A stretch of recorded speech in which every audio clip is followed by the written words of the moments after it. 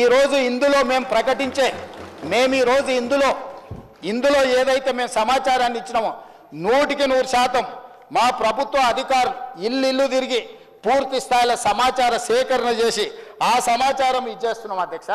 అదేవిధంగా మిత్రుడు శ్రీనివాస్ యాదవ్ గారు కూడా మాట్లాడేటప్పుడు నేను విన్నా, సరేగా దాని మీద పెద్ద చర్చ చేయొద్దు అనుకున్నా, కానీ ఇంత ఎక్స్టెన్సివ్ సమగ్ర కుటుంబ సర్వే చేస్తే మేము చేసిన ఈ ఇల్లు తిరిగి చేసుకొచ్చిన సర్వేలు అధ్యక్ష, పాల్గొన్న వాళ్ళ గురించి పేర్లు చెప్తా అధ్యక్ష. ఈ సర్వే 50 రోజులు జరిగింది, ఒక్కరోజు కాదు, ఇండ్ల దగ్గర కూడా వెళ్ళారు. Kalvakuntla Chandrashekar Rao garu MLA Gajwel, Kalvakuntla Taraka Rama Rao garu MLA Sircilla, Thanneeru Harish Rao garu MLA Siddipet, Padma Rao garu MLA Secunderabad, Palla Rajeshwar Reddy MLA Secunderabad, Pochampally Srinivas Reddy MLC మన అదొకటి. అదేవిధంగా అధ్యక్ష, అదేవిధంగా మా మిత్రుడు పాయల్ శంకర్ గారికి కూడా తెలవాలి, శ్రీమతి డికే అరుణ మహబూబ్ నగర్ ఎంపీ. అధ్యక్ష, వీళ్ళందరూ సర్వేలో పాల్గొనకుండా నేను అడిగిన కొంత మిత్రులను, అందులో ఉన్న వాళ్ళని, ఏందా సారు ప్రధాన ప్రతిపక్ష నాయకుడు, లేకపోతే వీళ్ళంతా మంత్రులు చేశారు, ఎందుకు సర్వేలో పాల్గొంటలేరంటే, అన్నా నువ్వు ఇచ్చిన సర్వేలో ఇంతకుముందే చెప్పకనే పెద్దలు శ్రీనివాస్ యాదవ్ గారు చెప్పారు ఒక మాట, మీరు ఇన్ని వివరాలు అడిగితే మా సార్ వాళ్ళు ఎట్లిస్తారని. 5వ పేజీలో ఏముంది అధ్యక్ష, మీ భూమి వివరాలు చెప్పండి అని అడిగినాం అధ్యక్ష. ఒక్క దెబ్బకే చంద్రశేఖరరావు గారు, తారక రామారావు గారు, హరీష్ రావు గారు వీళ్ళందరూ ఎవరు సమాచారం ఇవ్వలేరు అధ్యక్ష.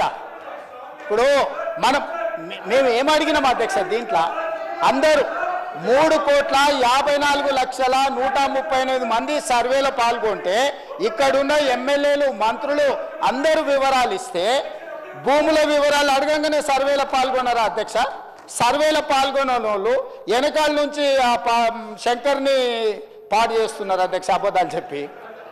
శంకర్ మంచోడు అధ్యక్ష, నాకు తెలుసు పర్సనల్గా, కానీ ఆయనను కూడా ఖరాబ్ చేసి ఇంత ముఖ్యమైన ఇంత ఇంపార్టెంట్ మనం చర్చ చేస్తుంటే ఈ తప్పుడు నివేదికలు తీసుకొచ్చి ఈ లెక్కలు మాట్లాడుతున్నారు అధ్యక్ష.